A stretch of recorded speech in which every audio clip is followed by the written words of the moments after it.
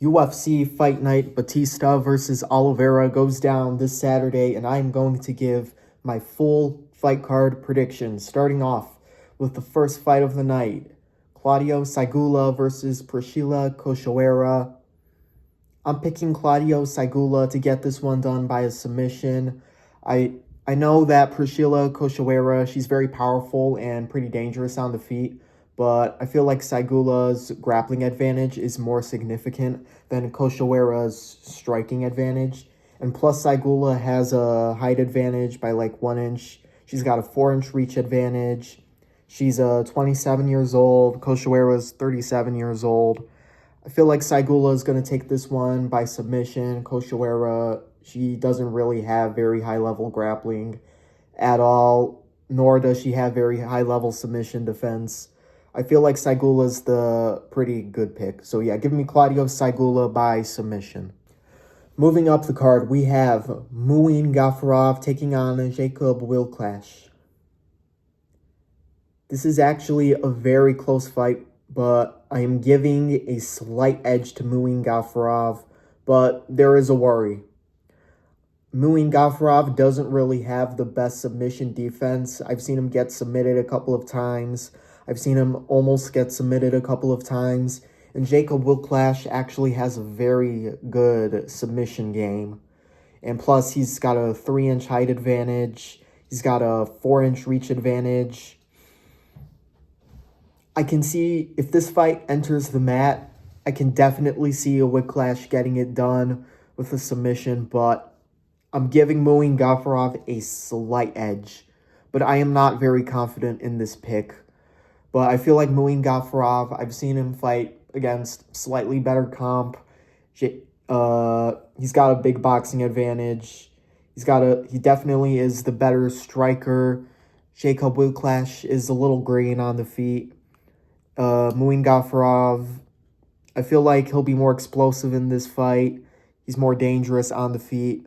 But Jacob Wilklash, he has a very solid submission game. And if I'm Muin Gafurov in this fight, I'm going to want to avoid all of the grappling exchanges. And I feel like Muin Gafurov, he's going to attack this one smartly. So yeah, give me Muin Gafurov to pull this one off, but it is a very, very close one. Next up on the card, we have Wang Kong versus Eduardo Mora in the women's flyweight division. I'm picking Wang Kong, but there is a worry. And that is if this fight hits the mat. Eduardo Mora has a very solid submission game. And Wang Kong, in her one loss, which was only like a year ago, she lost to, I think it was Gabrielle Fernandez by submission. But I feel like Wang Kong's going to get it done. She has actually shown good takedown defense in her last 2 fights. And Eduardo Mora, I feel like she's going to struggle to get this fight down to the ground. She doesn't have the most elite wrestling out there from what I've seen. And Wang Kong has a definitive striking advantage. She's powerful on the feet. She's very active with the hands. I feel like Wang Kong's probably going to get this one done by decision. I feel like Eduardo Mora, she'll be able to hang in there. I don't think her wrestling's good enough to get this fight to the mat, which is where her advantage is in getting a possible submission. But Wang Kong has good takedown defense, so yeah, give me Wang Kong to pull this one off by a decision. Next up, we have Javid Basharat taking on Giovanni Vasquez. It was supposed to be Said Nurmagomedov taking on Javid Basharat, but he just recently pulled out a couple hours ago. So Giovanni Vasquez steps in for this fight. And after studying some tape, I'm picking Javid Basharat, and I am mostly confident. Giovanni Vasquez, it looks like he does his best work in grappling exchanges. And Javid Basharat is a pretty good grappler, and he's by far the better striker in this fight. He holds the height and reach advantage, I'm pretty sure. This is already a fight where I wouldn't pick Giovanni Vasquez to win, and now he's accepting this fight on short notice, which is even more of a reason to pick Javid Basharat. So give me Basharat to win. Yeah, sucks that this is the fight. I was really looking forward to this fight. Said Nurmagomedov probably would have won this one, but he's not fighting, so yeah. Give me Javid Basharat to beat Giovanni Vasquez. Moving up the card, we have Bruno Brazil taking on Ketlin Souza. I can't trust Bruno Brazil to win fights. Anytime Bruno Brazil fights someone who has finishing potential and is dangerous on the feet, she always freezes up. Ketlin Souza, she's powerful on the feet. She's dynamic, she's explosive. She's got a decent submission game. Give me Ketlin Souza to win this fight via... She's probably going to get a finish in this one. I know Bruno Brazil has a 3-inch height advantage and a 2.5-inch reach advantage, but I'm willing to bet that she's going to freeze up in this fight. She's going to be very low output, very reactionary, and that will play into Ketlin Souza's advantage. So give me Ketlin Souza to probably get it done with a finish. Next up, in the welterweight division, Nikolay Veretennikov is taking on Nico, the last Dodo Bird, Price. Call me crazy, but I actually think Nico Price stands a chance at winning this fight. In Nico Price's last 2 fights, those were his last 2 losses, but they were to grappler-heavy fighters. And Nikolay Veretennikov does most of his work on the feet. But I'm going to have to pick Veretennikov, though. He's actually... He is pretty dangerous on the feet. He's got solid power. He's a pretty good striker. And same thing with Veretennikov. In his last few fights, the only times he lost were to fighters who attacked him heavy with the grappling. And Nico Price isn't a very grappler-heavy fighter. He doesn't really have great takedowns, and Veretennikov will probably be able to stuff the takedowns. And I think he's more dangerous on the feet. You know, Nico Price, he's got a mostly glass chin. I'm going to pick Veretennikov to win this fight. He probably gets a finish, but I am not counting out the last Dodo Bird, but I'm going with Veretennikov just to be safe. So give me Veretennikov to win, probably by a finish, like TKO or some sort. Moving up, the prelim feature bout, Alex Morono taking on Danil Donchenko. Give me Donchenko by a finish early, probably in the first round. Alex Morono, he's 35 years old. He's on a 4-fight losing streak. He usually freezes up and fumbles again when he's pressured. Donchenko, he's very pressure heavy. He's powerful. He's got decent grappling. Yeah, I think this is kind of a mismatch. Donchenko, he's got momentum behind him. He's coming into his own. He's only 24 years old. Morono, 35. Yeah, give me Donchenko to win by a first-round finish. This is a definite lock of this card for me. On to the main card we go. Dustin Jacoby takes on Julius Walker in the light heavyweight division. Give me Jacoby by a first-round KO. The only thing that worries me with this pick is Jacoby being 37 years old, but Julius Walker is pretty trash.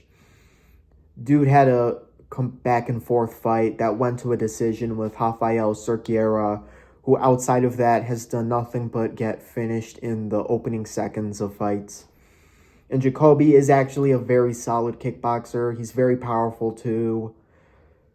Julius Walker, he's very green on the feet, and I don't think his grappling is good enough to take down Dustin Jacoby. Yeah, give me Jacoby by first round KO. I don't really think that this fight will be very close. Moving up the card, we have in the bantamweight division, Gene Matsumoto taking on Farid Basharat. Basharat has a 2-inch height advantage and a 3-inch reach advantage. I'm giving it to Basharat. In his last fight, he beat Chris Gutierrez, and for the first 2 rounds, he was kind of styling on Gutierrez. And people forget, man, people forget Chris Gutierrez took Song Yadong to a 5-round decision. In Gene Matsumoto's last fight, he had a pretty competitive fight with Miles Johns, who isn't really that good. And Gene Matsumoto, he got taken down quite a few times in that fight. And I feel like Farid Basharat's an overall better grappler than Miles Johns, and he's got the striking advantage in this fight. He's got a pretty good striking game overall. And even in the grappling, which I feel like is Matsumoto's best chance to like get a submission, Basharat is very good at controlling in like grappling exchanges and not getting caught in things like that. I feel like Farid Basharat's going to take this one by a decision. Moving up in the middleweight division, we have an absolute marauder fest between Mikhail Alexeychuk and Marc-Andre Barriault. The world's first marauder is Marc-Andre Barriault. He's got a 1-inch height advantage. He's 5 years older. They both got the same reach. I'm picking Alexeychuk, but I can see Barriault getting it done. You know, Barriault, he's got nasty elbows in the clinch. His way to winning this fight is by getting this fight in tight in the clinch and landing one of his big ol' gnarly, big meaty hooks or elbows. But my pick is Alexeychuk by first round KO. Marc-Andre Barriault, he is susceptible to getting chinned. I've seen him get flatlined by Joe Pyfer and Dustin Stoltzfus. And Mikhail Alexeychuk has some pretty nasty power in his left hand. And he does find the target pretty often with it. And he's training with the fighting nerds who have been entering a new prime recently. Give me Alexeychuk to win by a first-round finish, but I can see Barriault potentially getting it done. But I'm picking Alexeychuk to get the finish. Moving up the card in the heavyweight division, we have Jailton Almeida taking on Rizvan Kuniev. I'm picking Jailton Almeida to win this one, and my one worry for this fight is the fact that it is kind of short notice for Almeida, but he's got a big grappling advantage in this one. Rizvan Kuniev was getting taken down and controlled in the clinch a little bit by plotty old man Curtis Blades. And Jailton Almeida, he's an even better grappler and a more dominant grappler than prime Curtis Blades is. He's got a 3-inch reach advantage. Kuniev's got a 1-inch height advantage. They're both around the same age. I feel like Almeida will be able to hold him down and probably get a submission. Give me Jailton Almeida to find the submission in this fight. The only way Kuniev can win this fight is if his takedown defense has just magically improved from the Curtis Blades fight. But I don't think it has. And plus, there's a difference between washed Curtis Blades and Jailton Almeida, who's still just about in his prime. Give me Jailton Almeida to win via out-grappling Kuniev, and he'll probably be able to get a submission. So give me Almeida by decision, via grappling, or a submission. So yeah, give me Almeida.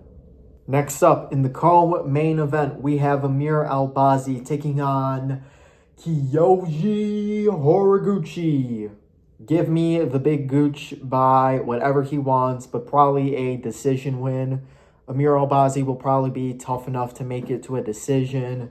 Kyoji Horiguchi, I think he's got an advantage everywhere. Amir Albazi, he's not a very high-level grappler, which Horiguchi is.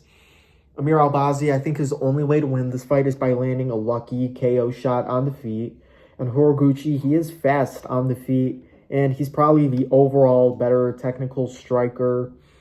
I feel like Horiguchi, he'll be able to mix his attacks up well, and he'll probably get a decision win in this one.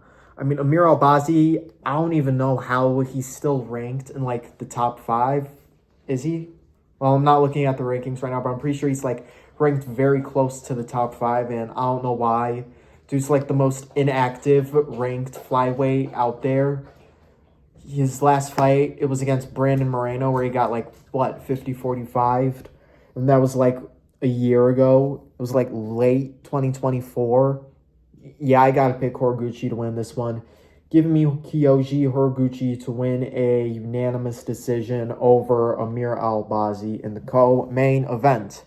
Moving up the card to the main event, Mario Bautista versus Vinicius Oliveira. Very close one in the bantamweight division. I've gone back and forth multiple times with this one over the week, but I have to stick with a pick right now. If I'm going to be 100% honest, Mario Bautista doesn't really have a style that Vinicius Oliveira hasn't seen anything close to before. Kyler Phillips, he has a kind of similar style to Mario Bautista. Only difference is he has no stamina, but Kyler Phillips, he's very explosive in the first round. He's very dangerous. He's powerful. And Vinicius Oliveira, he was able to take a couple of good shots in the first round. And Mario Bautista, he just doesn't have real finishing potential that could stop Vinicius Oliveira. And I don't know if he really is the much better grappler in this fight. I mean, what? He put Umar Nurmagomedov in an ankle lock for like all of 10 seconds? Vinicius Oliveira, I do know he got taken down a few times in his UFC debut 2 years ago against Bernardo Sopaj, but look at what's happened since then. He made Ricky Simon go 2 for 11, and he even got a takedown of his own. He made Said Nurmagomedov go like 1 for 9 and out-grappled him in that fight. And he made Kyler Phillips go 0 for 5 on takedown attempts, and he got a takedown himself in that fight. I think it is a very fair assumption that Vinicius Oliveira is far improved in his grappling. So the real question is how this fight's going to play out on the feet. Mario Bautista, he has pretty good boxing, and he's got solid footwork. He's got decent distance management, but Kyler Phillips, he has like a near 2-inch reach advantage. It's a very close one. I can see it going either way, but if I'm going to be 100% honest, I'm going to give a slight edge to Vinicius Oliveira. I feel like Vinicius Oliveira is going to get this one done. I think Vinicius Oliveira, he can go a good 5 rounds in this fight. He's most likely been working on stamina. I mean, it's been since what, July, since the Kyler Phillips fight? I feel like his stamina, it's going to be improved in this fight. And he's never really had many stamina issues before, but it's going to look better than ever in this fight. Mario Bautista, I don't really think he has that serious of a grappling advantage in this fight. And on the feet, he's not really that complex. Yeah, he's got solid boxing, but he's got no power, no real finishing potential. Whereas if anyone's going to get the finish in this fight, I'm willing to bet it'll be Vinicius Oliveira. I mean, every time Mario Bautista, I've seen him fight someone who would pressure him, like Jose Aldo, for example. And I'm not saying that Vinicius Oliveira is as good as Jose Aldo is, but I think Vinicius Oliveira hits harder than Jose Aldo ever did. Vinicius Oliveira, he is pretty big for the bantamweight division. I don't know how Mario Bautista's chin will hold up if he takes a few shots from Vinicius Oliveira. And I don't know if Bautista's really going to be able to keep distance that well in this fight. Yeah, he's got good footwork, but he is at a good reach disadvantage. Patchy Mix was landing some good shots late into their fight. And Patchy Mix has god-awful striking. He's got the worst head movement in MMA history.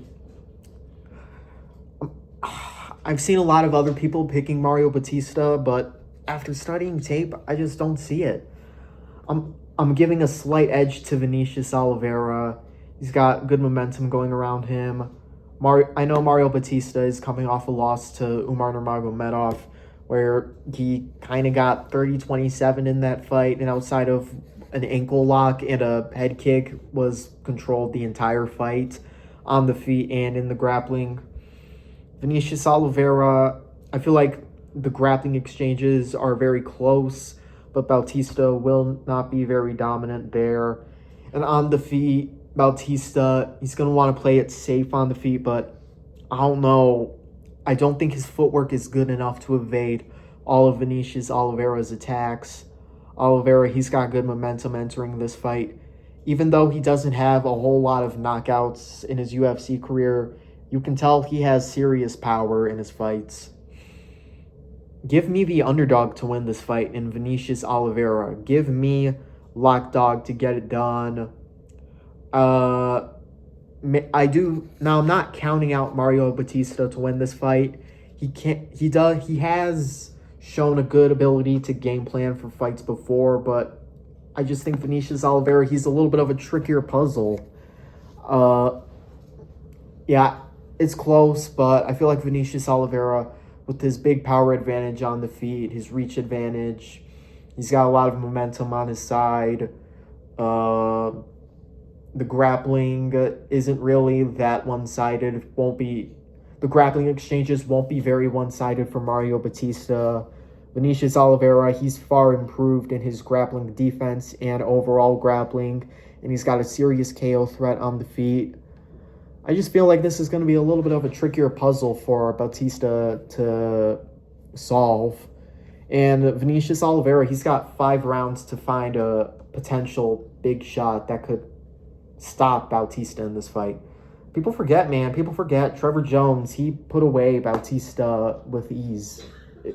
I'm pretty sure that fight ended in the first round. And that was only 4 years ago? I mean, Bautista, he has improved since then, but Vinicius Oliveira is just a much better version of that Trevor Jones guy. Give me Vinicius Oliveira to win this fight. It's close, but I'm giving Oliveira the edge to get it done in the main events by a potential late round stoppage.